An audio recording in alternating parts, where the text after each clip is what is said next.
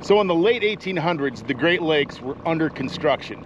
Lighthouses, life-saving stations, harbors, locks, breakwalls, all manner of maritime infrastructure. It was a big undertaking for the United States and the Canadian governments. It was especially difficult to build a particular aid to navigation in the middle of the Great Lakes. It had to be immovable and practically indestructible. And it had to be built in the open water under some of the harshest conditions. To do that, they needed a base camp on shore where they could build the pieces of the lighthouse. And then they could bring it by ship out to the location and assemble the lighthouse. And the pieces for most of the offshore lighthouses in Lake Huron were assembled out there on an island called Island Number 6. Today we call it Government Island. Join us for a journey out to the island to see if we can discover any remnants of this lighthouse base camp on Scammons Harbor. I'm Chuck. I'm Poppins. The channel's Restless Viking. Let's go on an adventure.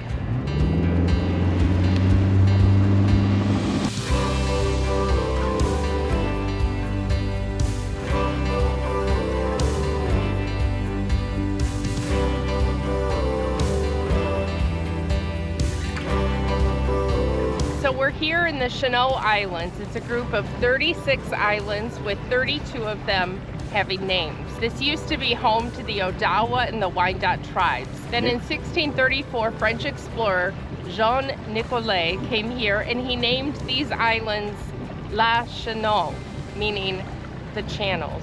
And then the Les Cheneaux Islands became a center for French exploration and world conquest. By the 1880s, settlers came to the Cheneaux Islands. And then industrialists in the late 1800s came here from Chicago, Detroit, and even Cincinnati. In fact, they have a whole set of homes called Cincinnati Row. Hey, Chuck, there's two channels. Which way do we go? Is there a bifurcation buoy? I'm not really sure what that is. Yes. But we want to go to Dollar Island. It's actually on the GPS. Oh, good.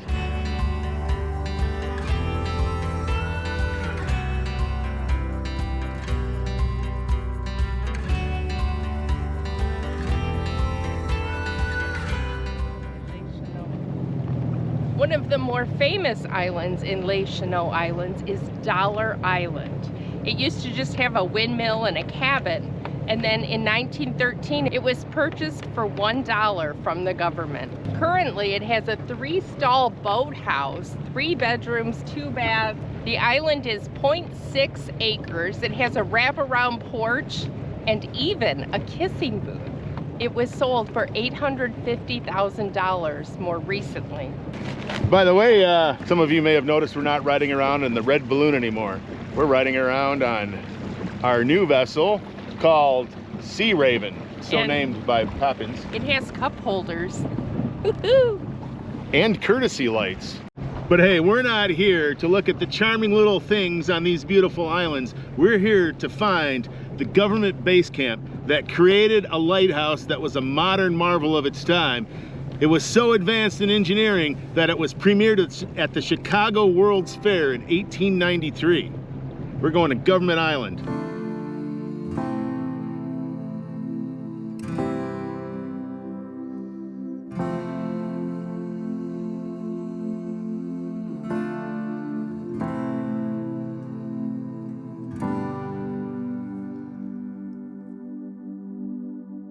So on March 3rd, in 1869, Congress finally approved $100,000 to build an epic lighthouse offshore on Lake Huron. Today, it's the second most remote lighthouse in the Great Lakes, but it was an engineering marvel at the time, and it was used as an example for many other lighthouses on the Great Lakes and around the world. But they needed a shore base, a place where they could keep the work crew, have a place for all of the boats to dock, but most importantly, where they could carve the stone or they could build the crib. And in 1870, they chose Island Number 6, which had a really deep cove on Scammons Harbor. You can see why they use this side of the island, the northern side, because it's so deep so quickly. You can even see some of the pilings from their dock. Yeah, that didn't take long. I thought it was going to be difficult to find any evidence, but right there, the pilings for the dock. You can also see up there where there's a campsite. So you can see that it's really deep here, and then it's not. So this, you can kind of see the flat area there. This was where the camp was. So let's go ashore and see if there's any foundations left. Poppins out here doing knots.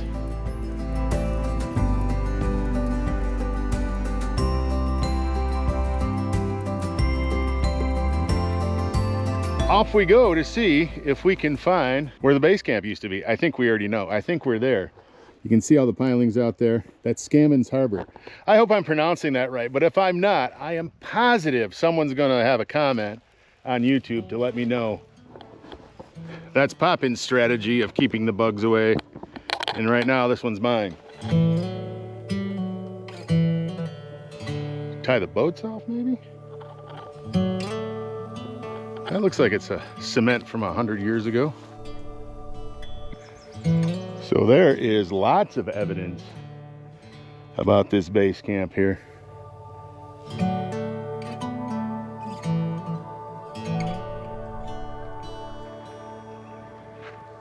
So if you look at the LiDAR imaging for this end of Government Island, you do notice that a spot that was carved out. And I thought it might have been for a quarry. I thought it would be difficult to find foundations or any evidence of anything, but here it's pretty obvious there were some buildings here for all those kayakers and campers that come out here to hike the island and to camp. This is kind of the location where they do that. And you can see out there, you can see the pilings from the old dock. And there's plenty of foundation around here. So if you're just joining us from the commercial, we're at a lighthouse base camp where they constructed the pieces for most of the offshore lighthouses in the Mackinac Straits or in northern Lake Huron. And contrary to my thought that it would be difficult to find it, it was actually really easy.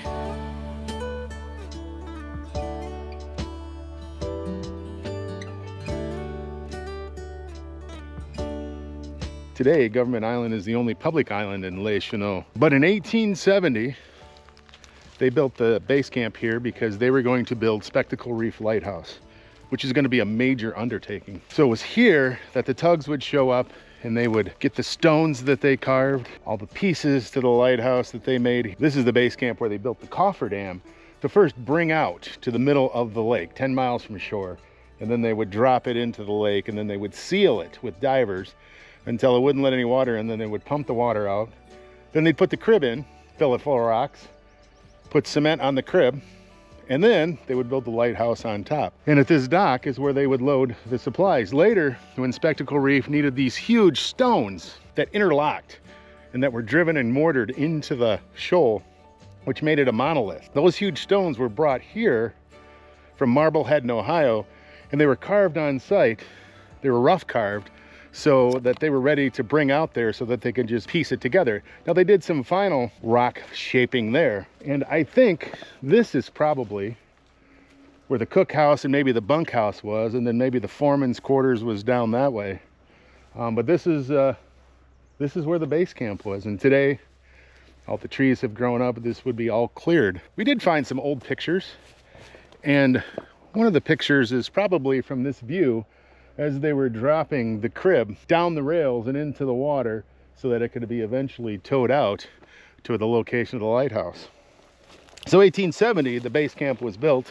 Spectacle Reef was finished 1874, and they didn't need the base camp anymore, so they just kind of left. But then there were some other lighthouses they had to build. Martin Reef, there was Poe Lighthouse, 14 Mile Shoal. Those were built into the next century, right around the 1920s. Almost 50 years later, they came back and reopened the base camp. And on the old maps, it's called the Lighthouse Reservation.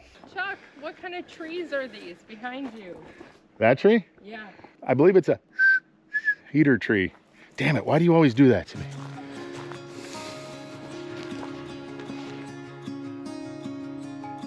So Poppins, what do you think of this area? Kind of beautiful and charming. It is beautiful and charming. And it's also just full of history that it's like secret history. Yeah, and I think this island didn't have any settlement or vacationing industrialists on it. I think this was always owned by the government. And yeah, this is the only island that's not privately owned.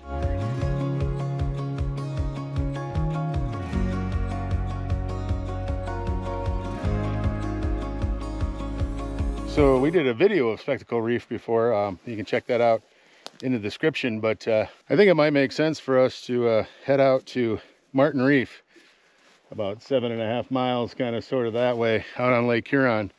Go check it out and see what they built from here. So now we enter Lake Huron. You can see on the south end of the island, there's a really nice campsite for kayakers or boaters. Nice little sandy beach and things. Lighthouse service workers on our way to build a lighthouse.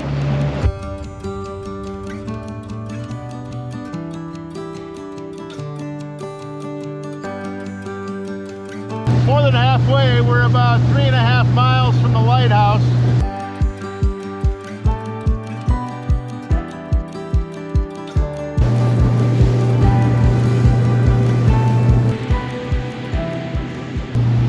Lighthouse of Hope, Hopkins.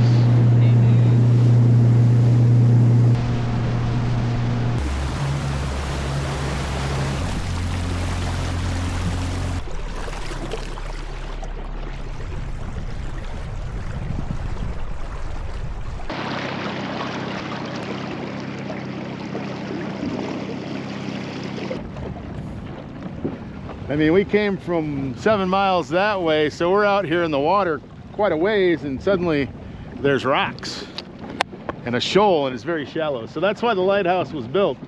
You can see the steel that's been ripped off the side as the ice has come up and hit it.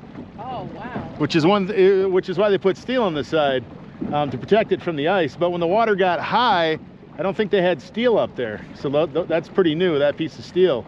But you can see on the corner here where it really ripped on it. But this is Martin Reef Lighthouse. This is one of the lighthouses they've built from the base camp. You can see a big piece of steel right there in the water. So built in the 1920s. Most of it built at base camp on Government Island and brought out here. Over there is Detour, and over there is the Les Cheneaux Islands. Now, any of you that know about offshore lighthouses, we're not gonna get off and explore, because it probably stinks really bad up there with bird crap.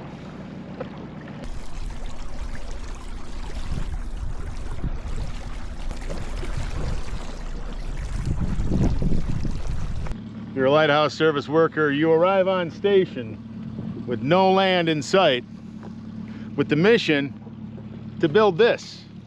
The building of the lighthouses and marine infrastructure in the Great Lakes, to me, is pretty amazing. All the work and all the effort and the risk that they took, and the men and women of the lighthouse service, and they laid down an amazing history, which I find fascinating to explore here in the Great Lakes. From Martin Reef Lighthouse, about 7.5 miles from Government Island, I'm Chuck. I'm Poppins. The channel's Restless Viking. Thanks for coming out on this beautiful spring day.